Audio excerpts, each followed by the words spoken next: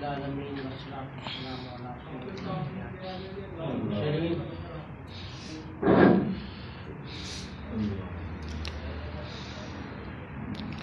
एक वालिद अपने बच्चे को जिसकी उम्र 28 साल है, एक उस्ताद मोहतरम के पास लेके हाजिर हुए।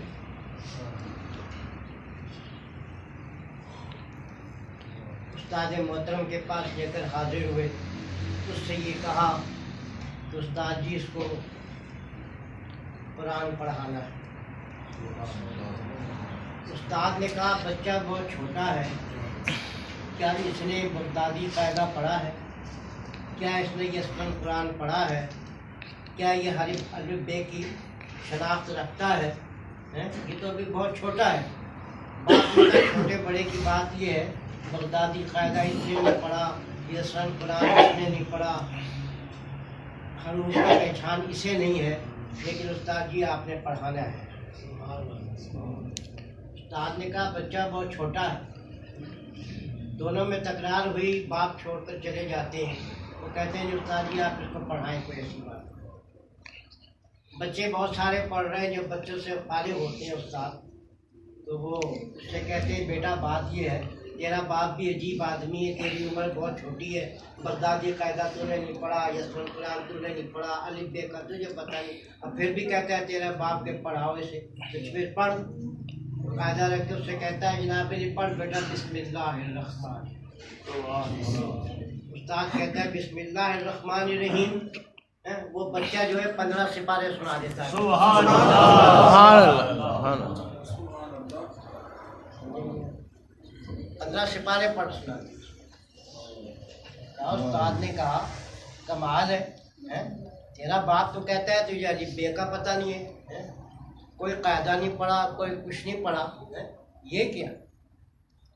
उसने कहा उस्ताद जी मुझे और तो कुछ नहीं पता, इतना ज़रूर है कि मेरी वालदा जो है वो 15 सिपारों की हाफिज़। तो वो हर रोज़ जब सुबह चक्की पीसती थी तो मुझे गोद में लिटा लिया करती थी और 15 सिपारे रोज़ मुकम्मल पढ़ा करते। उनका सुनकर मैं मतलब जिसे कहना चाहिए सारे सिपारे मुझे याद। ये कौन था? ये हज़रत ख्वाजा बख्तियार काकी रहमतुल्लाह।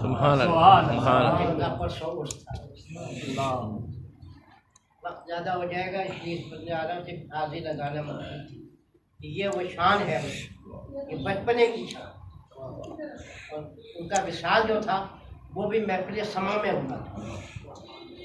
समा सुनते सुनते बेशुमार आपकी करामतें हैं, बेशुमार। और सबसे बड़ी करामत जो है उनकी मैं ये समझता हूँ कि वो बाबा फरीद हैं, जिसको उन्होंने इस मकाम पर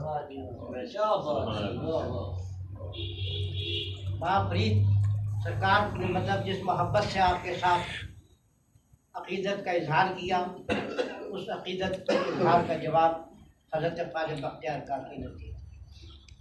फिर बाद विशाल आपके हयात ज़ाहिरा में किसी ने आपसे सवाल किया कि ये बताइए कि औलिया कामलीन जो है वो विशाल करने के बाद उनकी क्या कैफियत है? उन्होंने कहा कि सिर्फ तुम्हें नज़र नहीं आते, बाकी तमाम मामूलात ज़िंदगी उनके ऐसे ही होते हैं। इबादत के मामूलात जो हैं वो ऐसे ही। दोस्तों एक मरतबा ख्वाजा गरीब नवाज सरकार के मज़ार पे महफिल समा हो रही थी और वक्त के बहुत बड़े कुतुब जो थे वो मज़ार शरीफ पे तशरीफ लाए। तो एक और वक्त के बहुत बड़े वली कामिल जो थे वो बाहर बैठे हुए थे मज़ार। कव्वाली अंदर हो रही थी, वो बाहर बैठे। ख्वाजा बख्तियार काकी का मज़ार एक चबूतरे पर है, तो बहुत बड़ा चबूतरा, तो वो 4 दीवारी है उसकी, वो बाहर बैठे हुए थे। तो जो सहाबा है वो भी कामिल थे, जो बैठे थे वो भी कामिल। उन्होंने उनसे ये कहा कमाल है हजरत, अंदर महफिल समा हो रही है, आप बाहर बैठे हुए। उन्होंने कहा पहले अंदर चक्कर लगा के आ जाओ, फिर मुझसे पूछना कि मैं बाहर क्यों बैठा। फिर मुझसे जब वो अंदर गए तो फौरन वापस आ गए। उन्होंने कहा क्या देखा? उन्होंने कहा देखना क्या है, बात ये कि ख्वाजा बख्तियार काकी जो है वो अपने कब्र अनवर पर बैठे हुए हैं और कव्वालों की तरफ इशारा करके कह रहे हैं कि ये बेवजू कव्वाल मेरा वक्त बर्बाद कर, ये बेवजू कव्वाल जो है मेरा है। और नहीं बेवजू नहीं, बदबख्त मतलब है जी के लोग हैं ये। तो उन्होंने कहा तुम क्या चाहते थे कि मैं अंदर बैठ के अपना शुमार बदबख्तों में करूं, इसलिए मैं उठ के बाहर। बहरहाल दोस्तों, साबिर सरकार की एक बात जरूर अर्ज करूँगा क्योंकि उनका भी गुजर गया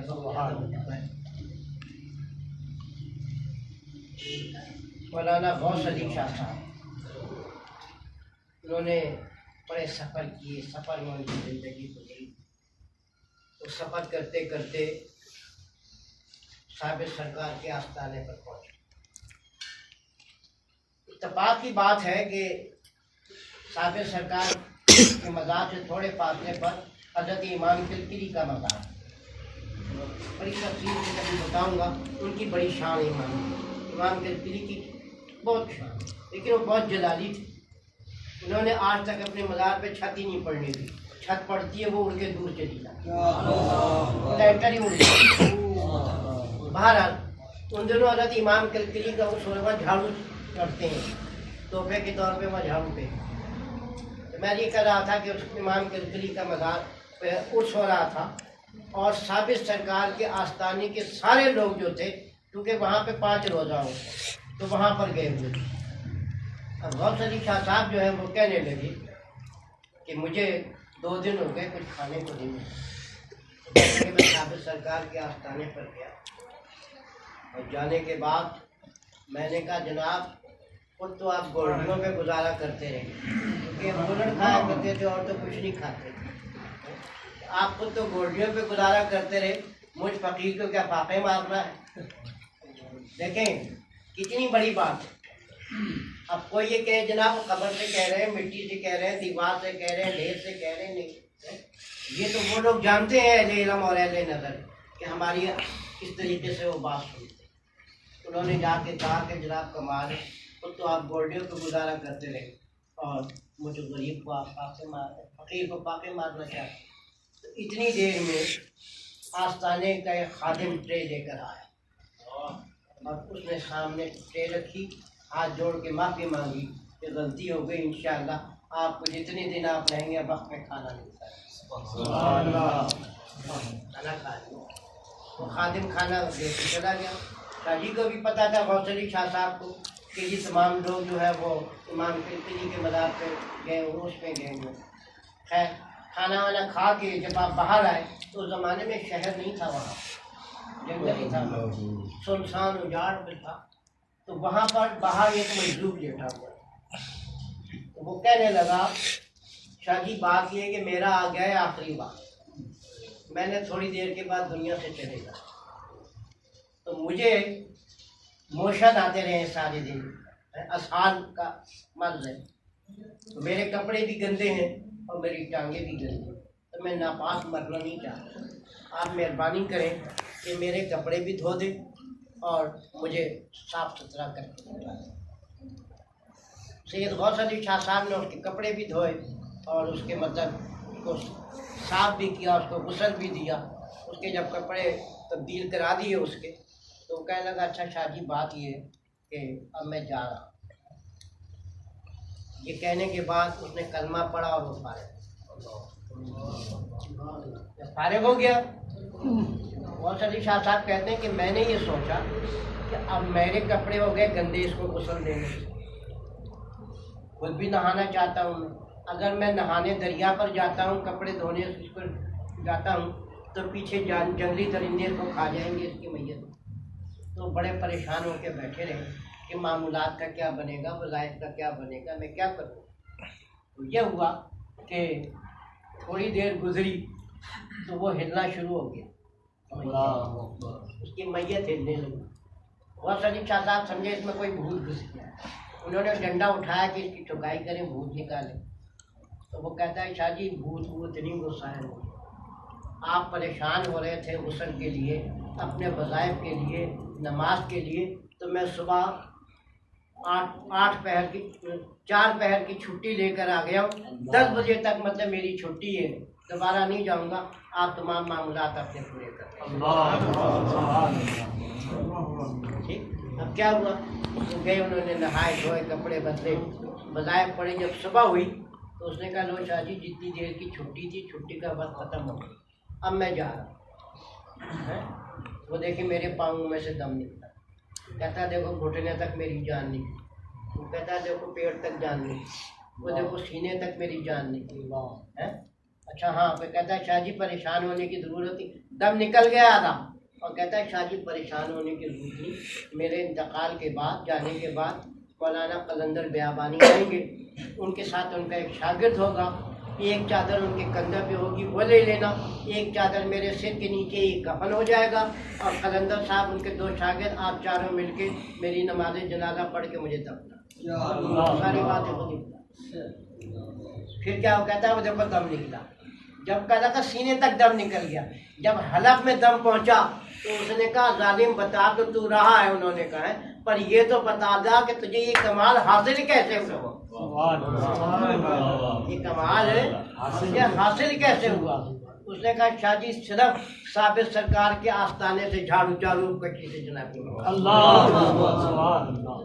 उनके सिर्फ आस्थाने की झाड़ू देने से। ठीक, तो आप फरमाते हैं रफीका साहब, उसने मुझे ये बताया और उसके बाद उसने कहा ला इलाहा इल्लल्लाह, अल्लाह हाफिज़, कि छुट्टी पूरी हो गई। अब उसका दम निकला था तो सामने मौलाना कलंदर बियाबानी भी आ गए। उन्होंने कहा हजूर इस तरह ये कह रहा था और इस चादर की भी बताया। कहने लगे मैं इसको खूब जानता था, ये बड़ी अजीब चीज़ थी, अजीब थी। तो अंदाज़ा लगाएं कि उसको मकाम ही जो था सिर्फ साबिर सरकार के झाड़ू दे। तो उससे बात ये उस और हज़रत साबिर सरकार का 2 दिन पहले गुजरा है, बहुत मुख्तसर हाजिर लगाई है। असली बात की तरफ आता हूँ। हमारे यहाँ एक बड़ी अजीब बात ये है, हमारी महफिल की